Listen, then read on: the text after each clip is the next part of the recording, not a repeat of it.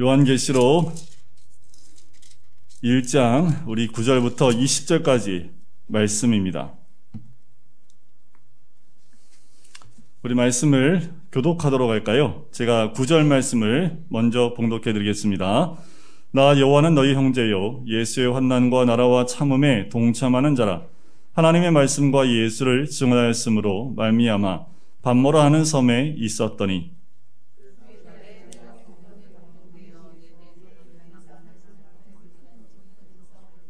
이르되 내가 보는 것을 두루마리에 써서 에베소, 서버나, 버가모, 두아디라, 사대, 빌라델비아, 라오디게아 등 7 교회에 보내라 하시기로.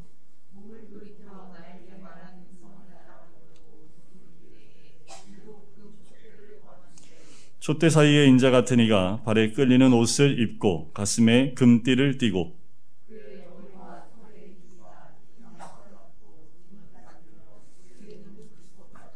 그의 발은 풀무불에 단련한 빛난 주석 같고 그의 음성은 많은 물소리와 같으며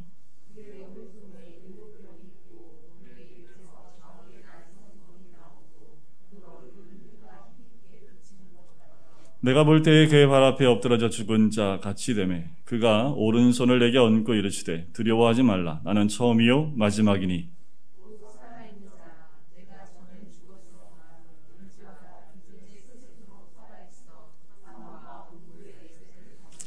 우리 2절 같이 읽을까요? 그러므로 내가 본 것과 지금 있는 일과 장차 될 일을 기록하라. 내가 본 것은 내 오른손의 7별의 비밀과 또 7 금촛대라. 7별은 7 교회의 사자요 7 촛대는 7 교회이니라. 아멘. 그런데 번지 점프 해보신 경우 있으신가요? 저는 그걸 보면서 왜 돈 내고 저거를 뛰어내리는지 모르겠다라는 생각을 갖습니다. 그래도 아마도 개인의 모험심이겠죠. 뭔가를 극복하려고 하는 모습 가운데에서 또 자신의 한계에 도전하려는 사람들이 참 많은 것 같아요. 저는 별로 도전하고 싶진 않습니다. 그런데 그 높은 그래서 뛰어내릴 수 있는 건 뭘까요? 그를 붙들고 있는 든든한 끈이 있기 때문에 뛰어내릴 수 있는 거죠. 그 끈이 없다면 누가 뛰어낼 수 있겠습니까?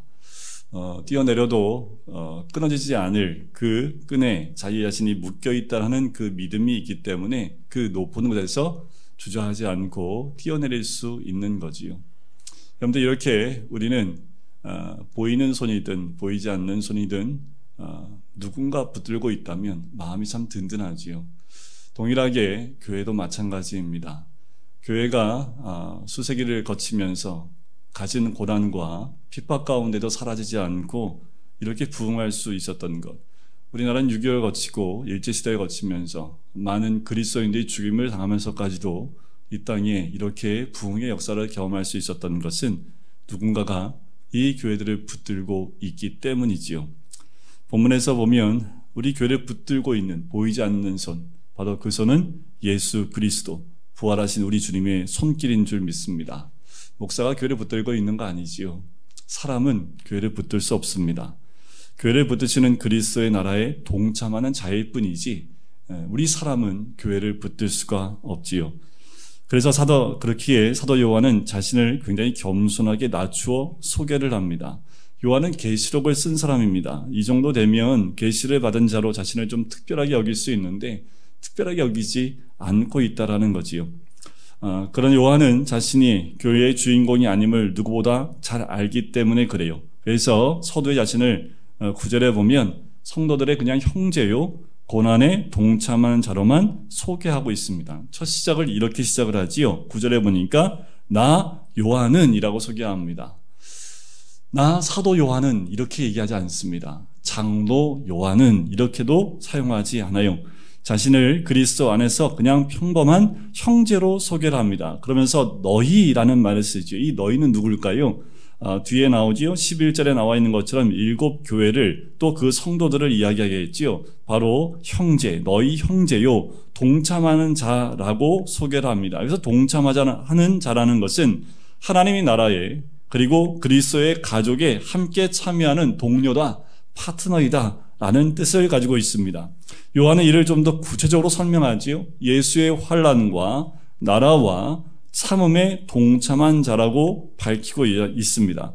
자, 이와 마찬가지로 성도는 고난과 인내를 통해서 하나님 나라의 영광에 이르지요. 자, 원문에 보면 그 앞에 전치사 인이 기록되어져 있습니다. 자, 이는 제사장이 된 성도가 환난과 나라와 참음으로 들어가야 될 현실을 보여주고 있는 단어이기도 합니다.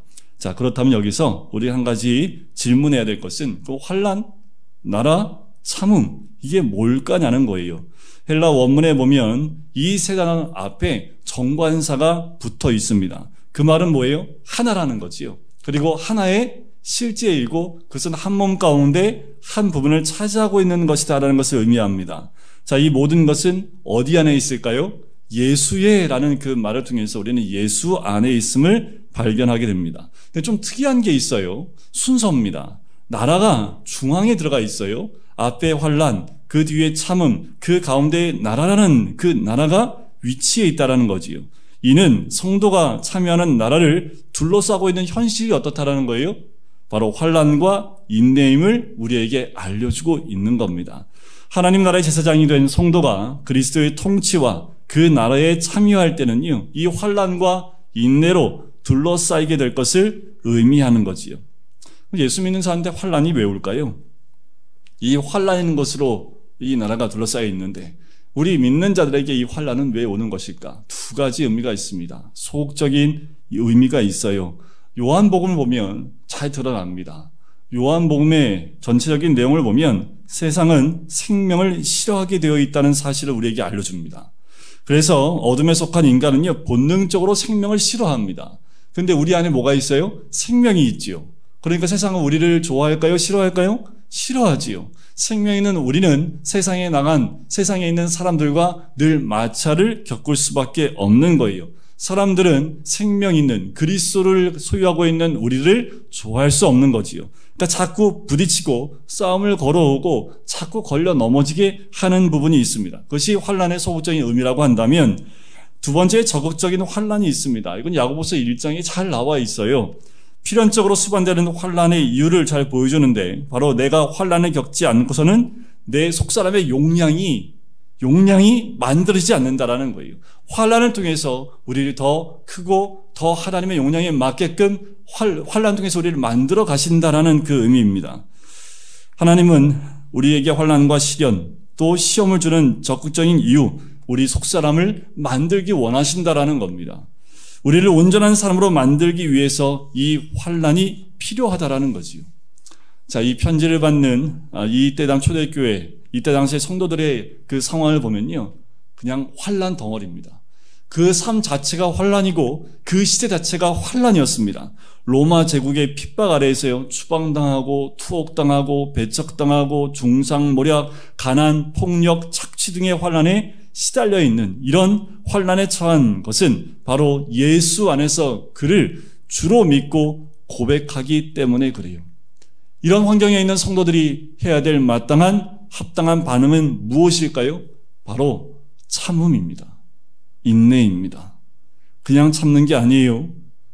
장차 완성될 나라를 소망하면서 믿음으로 인내하는 것을 말합니다. 성도는 세상 제국의 박해와 사탄의 공격에 맞서 소망 중에 참음으로 싸워가야 하는 모습이라는 겁니다. 여러분들, 우리가 싸우는 모습은 인내입니다. 이것이 바로 현재적으로 임한 나라에서 성도가 그리스도와 함께 통치에 참여하는 방식이에요. 자, 이처럼 계시록에서는요, 세상에서 하나님의 통치에 참여하는 성도들이 보여야 할 반응, 그것이 바로 인내라고 강조를 하고 있습니다. 그런데 그 인내는 성령의 열매 가운데 하나지요. 그 인내는 내 힘으로 하는 것이 아닙니다. 소망 가운데 성령이 보여주신 능력으로 인내할 수 있다라는 거지요. 하나님 나라 제사장으로 성령의 능력으로 인내하며 장차 오실 만왕의 왕을 기다리는 겁니다. 이같이 이와 같은 이것이 곧 왕 같은 제사장이 그리스도의 통치와 나라에 참여하는 방식이라는 거예요. 그렇게 사도 요한도 반모섬에 갇힌 거지요. 교회사가 유세비우스에 따르면 전에도 말씀드렸지만 도미티아누스 황제가 집권하고 있을 때 이 환란을 당하지요. 그가 죽고 난 다음에 에베소로 돌아옵니다. 그리고 트라야누스 시대까지 살아요.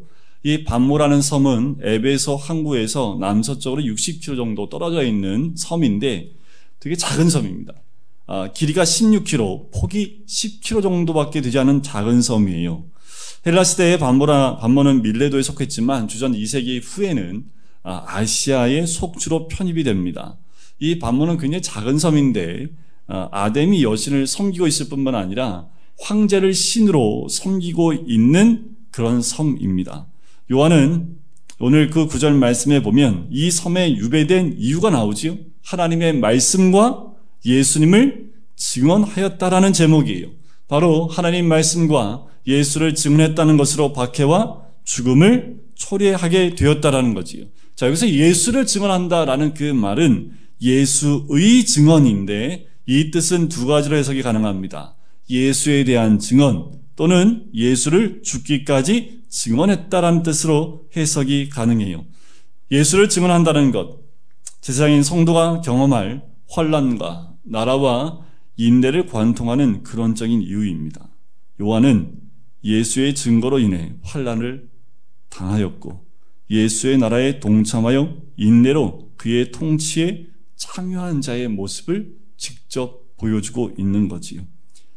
이 현대에 살고 있는 우리들도 마찬가지입니다. 요한이 환난 가운데 하나님 나라에 동참하며 인내로서 그 통치에 참여하는 것처럼 이 시대를 살고 있는 우리에게도 동일하게 그 나라 가운데 하나님의 통치 가운데 있는 우리에게도 환난은 옵니다. 그것을 인내로 이겨내는 것, 그것이 이 땅에 사는 제사장의 신분을 갖고 있는 모든 그리스도인들이 견뎌야 될 이 세상에서의 삶의 방식이지요. 감사한 것은 우리 주님이 그냥 두지 않으신다라는 겁니다.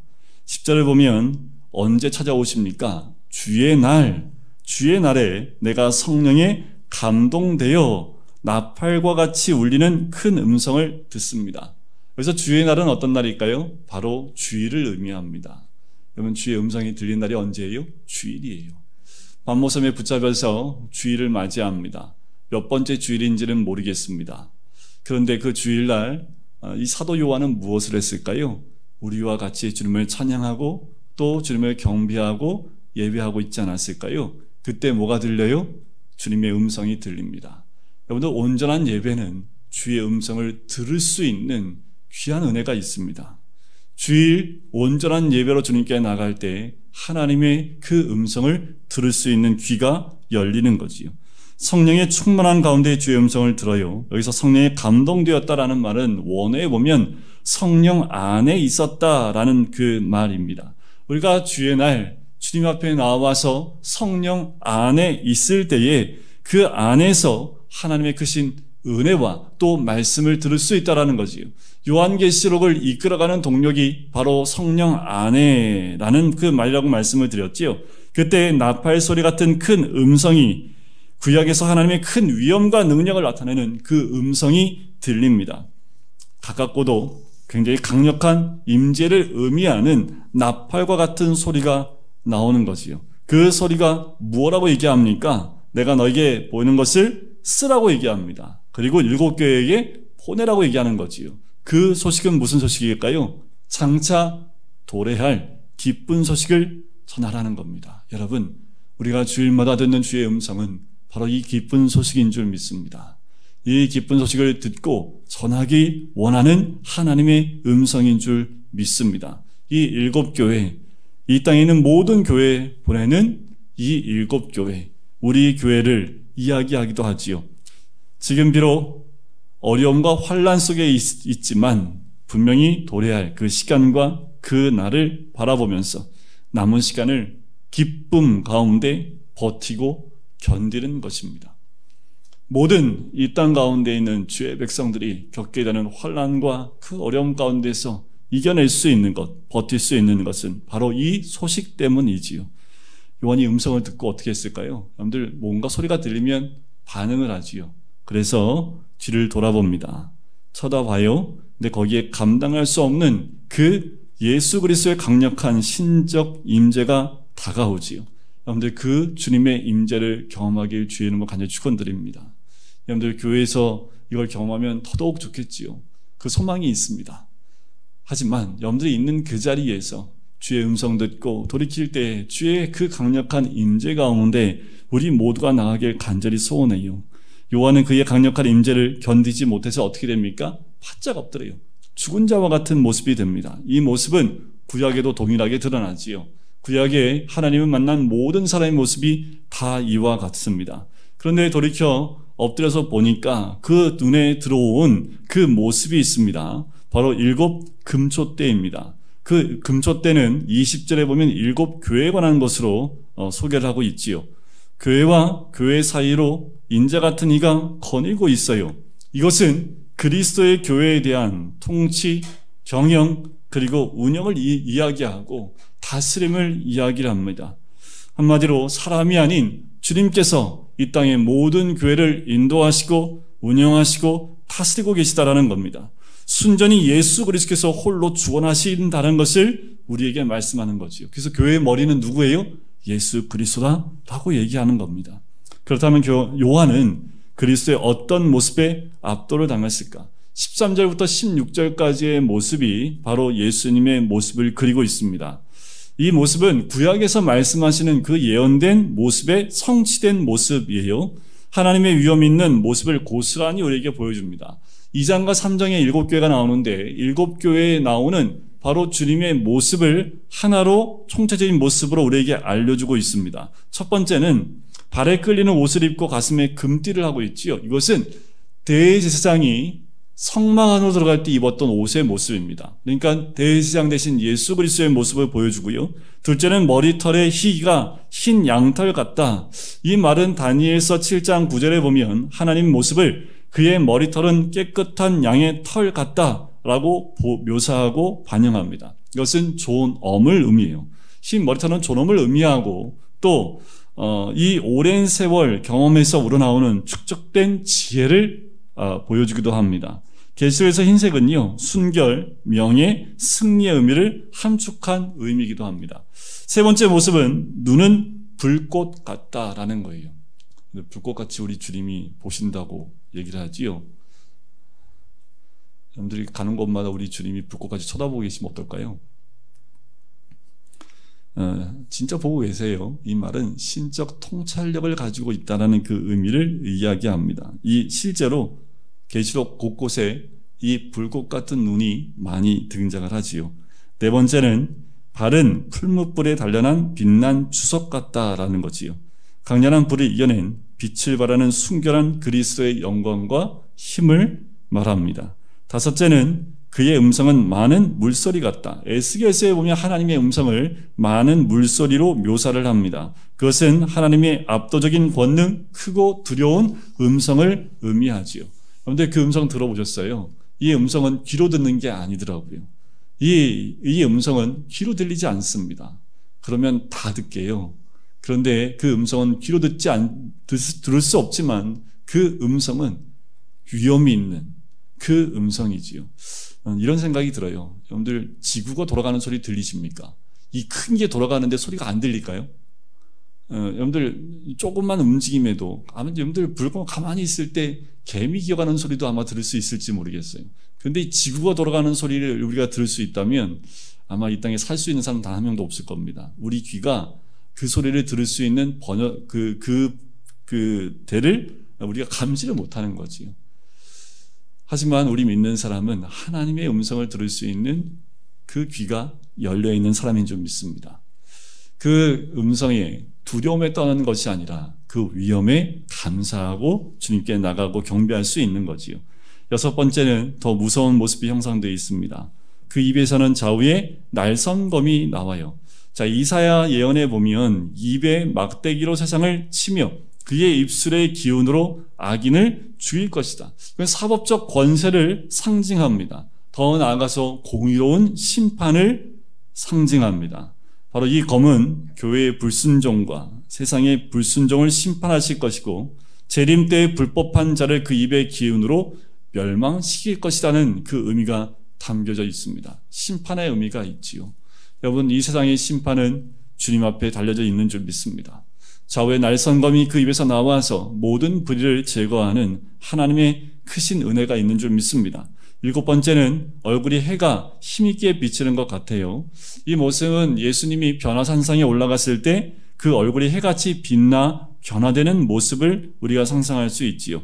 자, 이런 모습들, 이 놀라운 것은 이런 예수 그리스도가 7교회, 바로 금촛대 사이에 임재하여 오른손에 7뼈를 들고 있다는 사실이에요.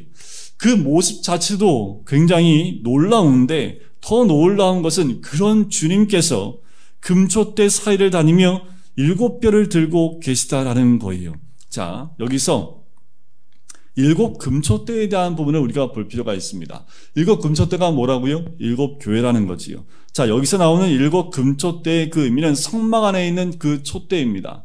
원줄기가 가운데 있고 양쪽으로 3개의 줄기가 올라가 있는 형상을 갖고 있는데 이것을 메노라라는 말로 부릅니다. 솔로몬 성전 시대에는 이것이 좀 약간 바뀌어요. 이 7개의 금촛대가 아니라 10개로 성전 내에 설치가 됩니다.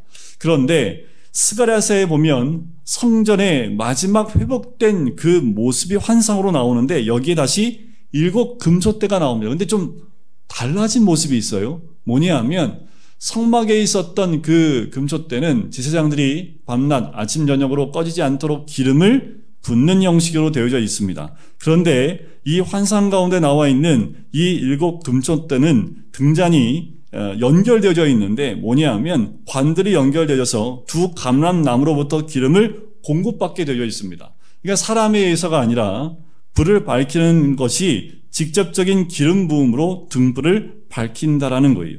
자, 계시록에서 7촛대는 7교회를 의미한다고 그랬지요. 바로 이 스가랴서에 나오는 마지막 때의 성전에 있는 그 촛대의 모습을 가지고 옵니다.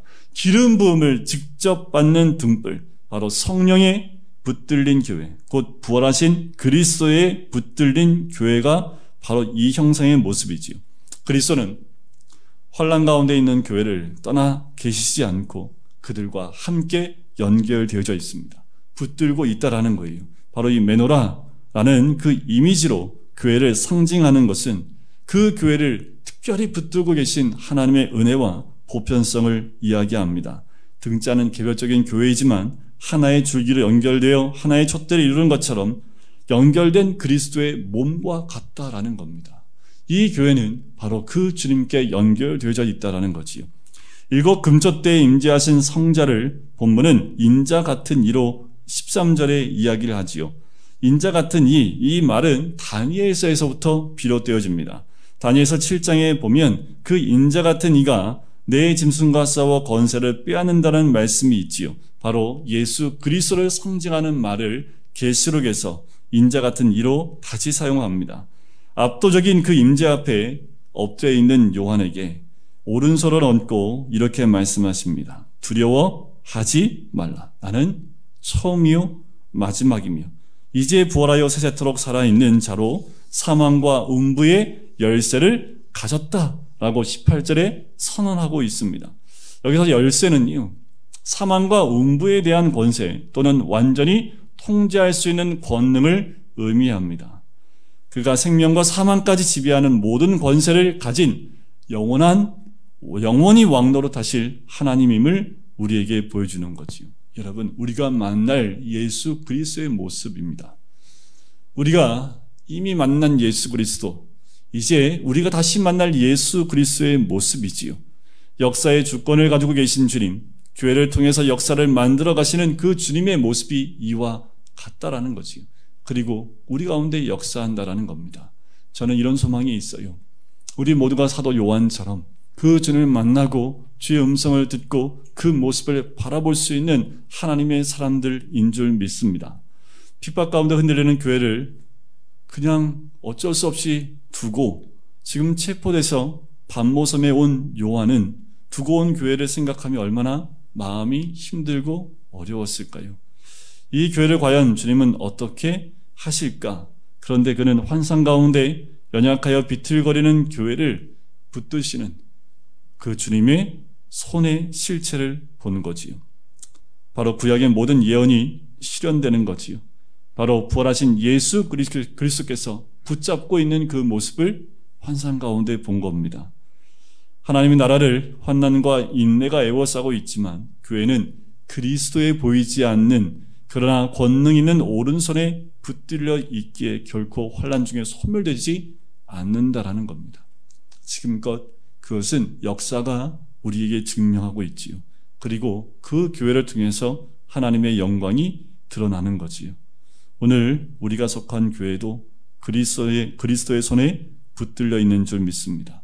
어려움이 있을 때가 있지요. 비틀거릴 때도 있고요. 그러나 여전히 주님은 오른손으로 우리를 붙들고 계시는 줄 믿습니다. 사람 때문에 신망하기도 하지요. 지도자에 실족하더라도 교회를 주님이 붙들어 주심을 신뢰하셔야 합니다. 이 교회는 사람의 것이 아니라 주님의 것이고 주의 손에 붙들림 바 된 교회인 줄 믿습니다. 교회를 바라볼 때 우리의 눈이 이와 같아야 된다는 거지요. 사도 요한이 뒤돌아봤던 7별과 7금촛대 두 가지인데 7별은 7교회의 사자요 7촛대는 7교회라고 합니다. 근데 7사자가 뭘까? 여기서 이 사자라는 말을 원해보면 앙겔로이라고 번역이 되어 있는데 이 앙겔로이는 사자로 번역하는 것이 조금 뜻과 거리가 멀어요. 이렇게 얘기해야 됩니다. 천사로 번역하는 것이 더 낫습니다. 그러면 요한이요 7촛대 그러니까 7교회 그리고 또 하나 7별 즉 7교회 천사를 본 것이지요. 이렇게 풀면 무리가 없는데 하지만 7교회 천사라는 말이 무슨 뜻인가를 알아볼 필요가 있습니다. 여러분들 우리 기독교는 천사가 있음을 인정합니다. 마리아가 아기를 가졌다는 이야기도 천사를 통해서 그 소식을 전해준 것을 우리가 알고 있지요. 그래서 유대교하고 천주교는요 천사를 숭배하는 모호한 교리들이 직접 있습니다. 하지만 기독교에는 천사를 숭배하지 않지요. 그럼 7교회에 대한 천사라는 표현은 왜 나왔을까? 22장 8절부터 9절까지의 말씀을 보면 천사에 대한 이야기가 이렇게 나옵니다. 이것들을 보고 들은 자는 나 요한이니 내가 듣고 볼 때에 이 일을 내게 보이던 천사의 발 앞에 경배하려고 엎드렸더니 그가 내게 말하기를 나는 너와 내 형제 선지자들과 또 이 두루마리의 말을 지키는 자들과 함께 된 종이니 그리하지 말고 하나님께 경배하라 하더라. 자, 천사가 마지막 22장에서 사도 요한과 대화를 나눴던 모습입니다. 그러니까 이 경이로운 환상을 보면서 천사 앞에 엎드려 경배하려고 합니다. 그랬더니 요한의 경배를 거절하지요. 왜냐하면 천사 자신도 성도들과의 관계가 어떻게 되어 있는지를 설명하면서 그것을 거부합니다. 뭐라고 얘기하냐면 나는 너와 내 형제, 선지자들과 또 이 두루마리의 말을 지키는 자들과 함께 된 뭐라고요? 종이라고요. 자, 여기서 너, 선지자, 이 두루마리의 말을 지키는 자 하나로 뭉치면 바로 교회를 의미합니다. 그러니까 천사가요 교회와의 관계를 함께 된 종이라고 얘기하고 있는 거예요. 자, 왜 천사는 자신이 교회와 연합한 존재인 동시에 하나님의 종이라고 강조하는 것일까요? 교회라는 기관은 땅에 속해 있습니다. 하지만 그 소속과 성격은 천상에 있는 것을 설명하는 것입니다. 천사는 그야말로 천상의 존재이지요. 그 천사가 교회 성도를 가리켜서 나는 너희와 함께 된 종이라고 말하면서 천사 스스로 교회와 자신을 연합된 관계로 보고 있는 거지요. 이 말을 뒤집어 보면 교회라는 공동체는 땅에 있지만 천상에 속한 천상적 공동체라는 거예요. 이 땅에 있지만 이 공동체는 천상과 같은 공동체의 모습을 가지고 있다라는 거지요.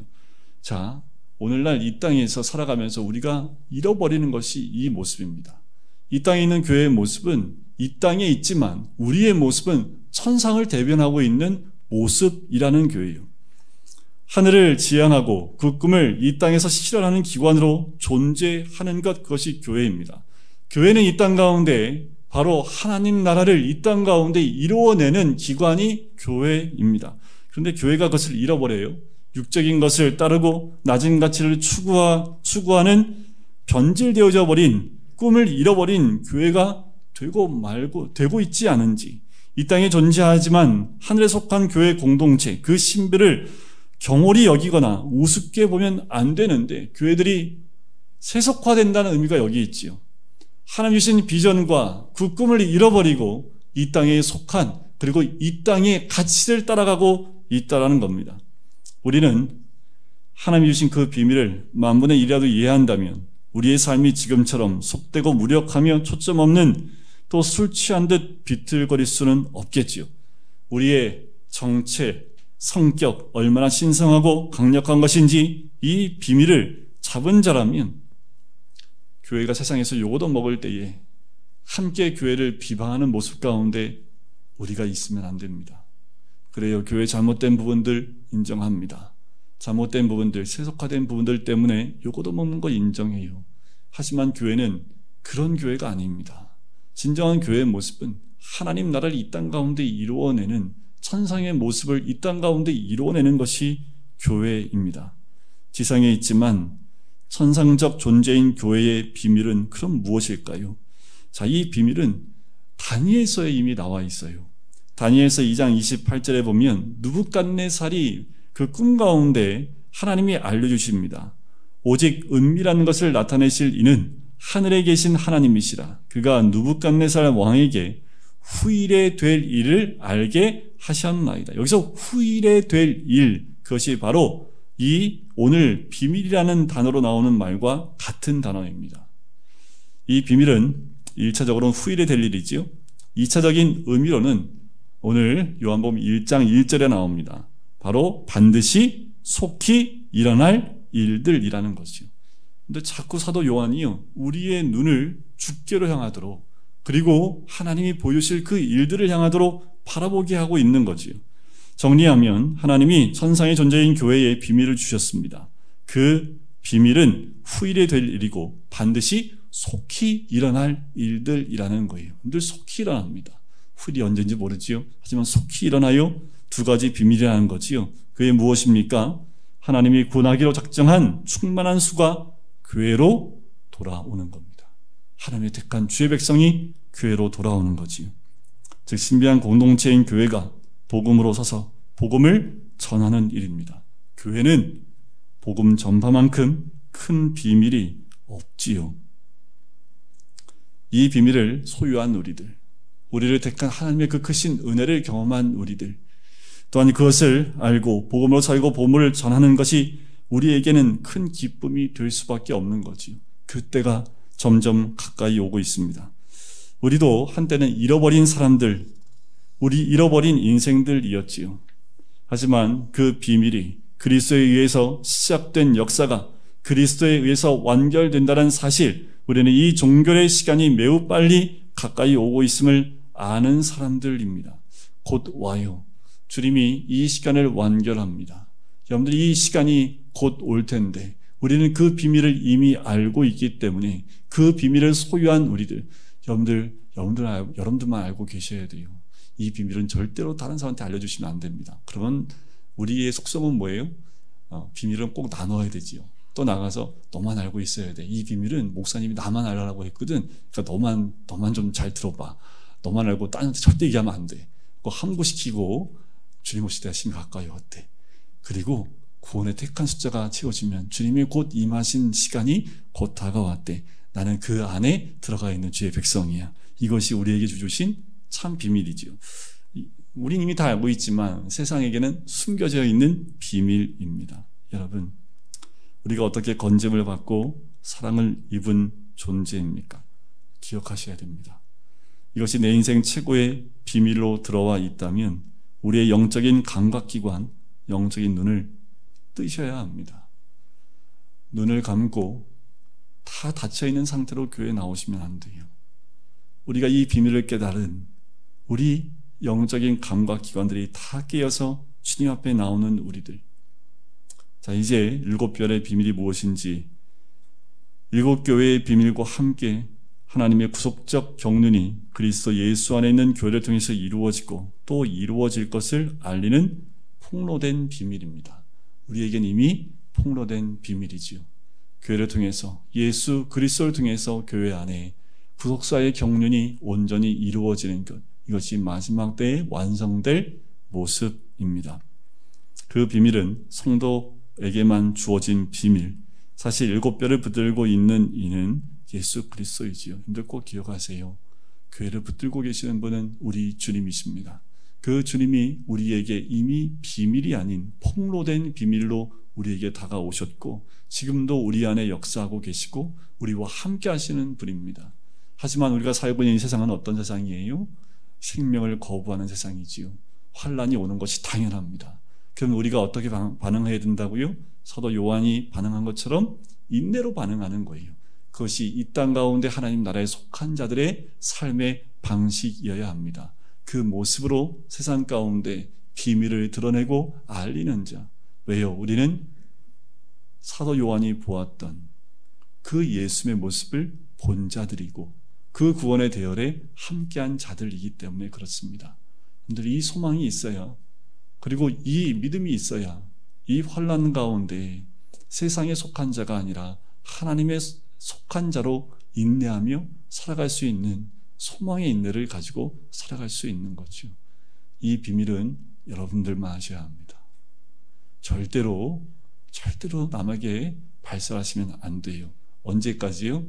제가 말할 때까지는 여러분들 절대로 얘기하시면 안 돼요. 근데 딱 한 명한테만 제가 허락해 드릴게요. 이 비밀을 꼭 나눠야 될 한 사람이 있다면 그 사람한테만 알리세요. 여러분들의 구원, 내가 이 마지막 때에 살아야 될 삶의 방식들, 내가 왜 이렇게 살고 있는지, 그리고 우리가 하나님 백성으로 이렇게 살아가는 이유가 무엇인지를 꼭 나눌 수 있기를 간절히 소원합니다. 그래서 우리 모두가 이 환난된 세상 가운데, 환난인 세상 가운데서 사도 요한처럼 주님을 똑바로 보고 붙들고 살아갈 수 있는 하나님의 사람 되시기를 주님의 이름으로 간절히 축원드립니다. 우리는 주의 택한 백성이고 주의 나라에 속한 하나님의 사람들이기 때문에 이 세상은 환난으로 우리에게 다가오고 그 환난을 대하는 우리의 모습은 참음과 소망 가진 인내로 이 땅 가운데 살아내는 것이 하나님 백성인 줄 믿습니다. 늘 주를 바라볼 수 있게 인도해 주셔서 위엄과 크신 은혜 가운데 있는 우리 주님을 바라보며 이 땅에 있는 모든 교회를 붙들고 계시고 또한 주관하고 계시고 또 역사하시는 그 주님을 바라보며 이 땅에 가지고 있는 이 땅을 향한 하나님의 뜻을 깨닫고 그 뜻을 나눌 수 있는 하나님의 사람 되어지길 간절히 소원합니다. 변함없이 없는 주님을 오실 때가 심히 가까이 왔사오니 우리의 소망이 주께 있음을 고백하며 날마다 주님 앞에 더 가까이 나갈 수 있는 하나님의 사람이 될 수 있도록 축복하시고 인도하여 주시옵소서.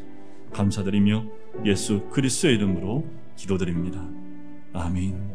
이제는 예수 그리스도의 은혜와 하나님 아버지의 사랑하심과 성령의 교통하심이 왕의 오심 그 위엄 앞에 서기를 소원하는 우리 모든 성도님들 머리 위에, 가정 위에, 사업터 위에, 환우들 머리 위에 이제부터 영원까지 함께 하시기를 간절히 축원하옵나이다. 아멘.